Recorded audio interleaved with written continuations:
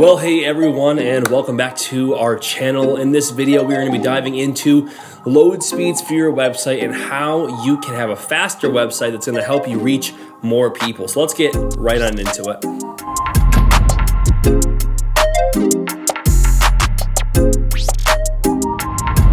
So load speeds are extremely important. Your website has to load under 2 seconds tops according to Google's standards for an effective and important website. If you are not loading under 2 seconds, meaning your website is not fully loaded and I'm not able to see your content within 2 seconds of clicking on the link from a Google search, then you are going to be severely punished in terms of your Google ranking and the results for your church's website. And that's not good because that means that's less eyes on you, that's less people being able to find out and discover who you are, which ultimately is going to create failure for the rest of your website in terms of its effectiveness. So we need to make sure that we are loading quickly. Another reason to have a good load speed is because we live in a microwave generation now. People want things quickly, they want them now, they want them fast. They do not want to wait around for 5 to 10 seconds for your website to load. And if they do have to do that, they're likely to just leave your website and go to a website that loads quicker and gets them the information that they need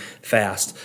So because of those reasons, we need to make sure that our websites are loading quickly. So we're going to talk about 2 different things that we can do to ensure fast load speeds on our website. So thing number 1 is going to be to optimize your images and media. One of the biggest killers of a website's load speed is going to be the media and the visuals. So that's going to be images, videos, and if you're using GIFs on your website as well, a GIF is going to be a big one as well. So what do we mean by optimizing? What I mean is I want to get that file size for those media files as small as I possibly can while also maintaining as much of the quality as I possibly can. So when I take a photo on a good camera or even a modern iPhone these days, what's going to happen is I'm going to have an image that's really large, like thousands of pixels wide, like a large image that's at a peak, pristine, high quality.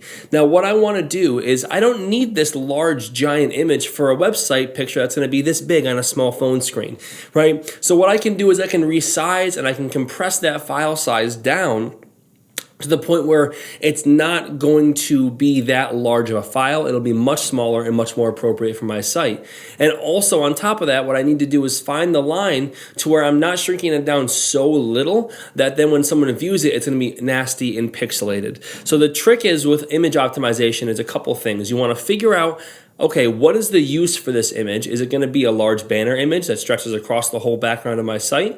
If that's the case, then I'm going to have a larger image. I'm going to maybe resize that image down to like 1500 to 1800 pixels wide. That's about the size of an average monitor screen or a large computer screen. That way I know that if the image does have to stretch at all to fit the size of the screen, it's not going to be that much. It's not going to destroy the quality of the image that much. It's going to look quality and high definition still. But what that's going to do is simply by taking a 6,000 pixel image down to a 1,500 pixel image, that's going to take you from multiple megabytes down to probably under 1 megabyte to a couple maybe 500 kilobytes in terms of the file size. And that is going to be huge for your load speeds. After you do that, then what you want to do is you want to compress the image. So that's just taking like an online image compressor. I use one called TinyPNG. It's a little Panda guy on it. I always use that one. And that takes that file size and just compresses it. Now here's where some loss can happen to your quality. So you don't want to over compress your images, but you want to get them as small as you can, again, while keeping at least some quality to it. And then what I like to do is I like to actually change the file size to a WebP, W-E-B-P format. And what this does is it loads a little bit quicker. It makes the file size just a little bit smaller. And before you know, you'll take a 6 megabyte image that's 6,000 pixels wide down to a solid 1,500 pixel background image that's going to be maybe 50 to 70 kilobytes. That's a fraction of the mass size that you have. And those things add up over time. Now that's just a large banner image. If I'm going to use any image on my website that's just maybe like a headshot or just people coming into the church, my basic normal set of rules is that I'll say I'm going to make that about 700 pixels wide. The reason I use width is because that's a good format because most images are going to be widescreen anyway. So if you set the width, that's going to be able to stretch appropriately. It gives you a little bit of wiggle room if you want to make the image a square or make it taller. 700 pixels is big enough where it's bigger than what you really are going to need, because most images on your website are going to end up being like 500 pixels maybe. They take up a large section of the screen. But 700 gives you a little bit of wiggle room. It keeps your quality good, and it's also not going to kill your load speeds as much as if you had like a large 1,000 pixel image, right?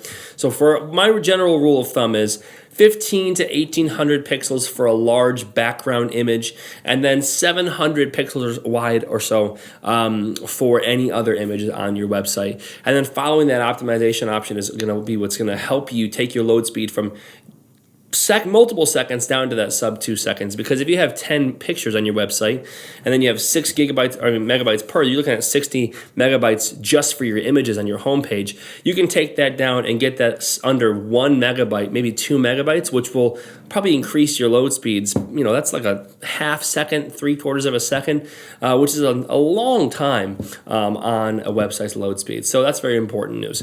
Now, when it comes to videos, a similar type of thing there. You want to make sure that you're using 1920 by 1080 on your videos. If you're doing background videos, you want HD. What tip that I have when it comes to video is with background videos, make sure that it's still HD. Make sure it's still 1920 by 1080 in terms of your export. But you want to usually use like an MP4. That's going to be a smaller file format. I use Final Cut Pro. There are some settings in the export in Final Cut Pro you can do to try to decrease the file size of the export. I know that in Premiere Pro there's also options for that as well. And then there are online compressors. I use a tool called Veed.io, Veed.io for all my videos that I work on, and that'll compress it for free, and it takes me down from like, I don't know, maybe 1.5 gigs down to like 500 megabytes, and I can kind of compress it down from there to try to get into like the 30 megabyte game. If I can get my video sub 50 megabytes, then I'm pretty happy.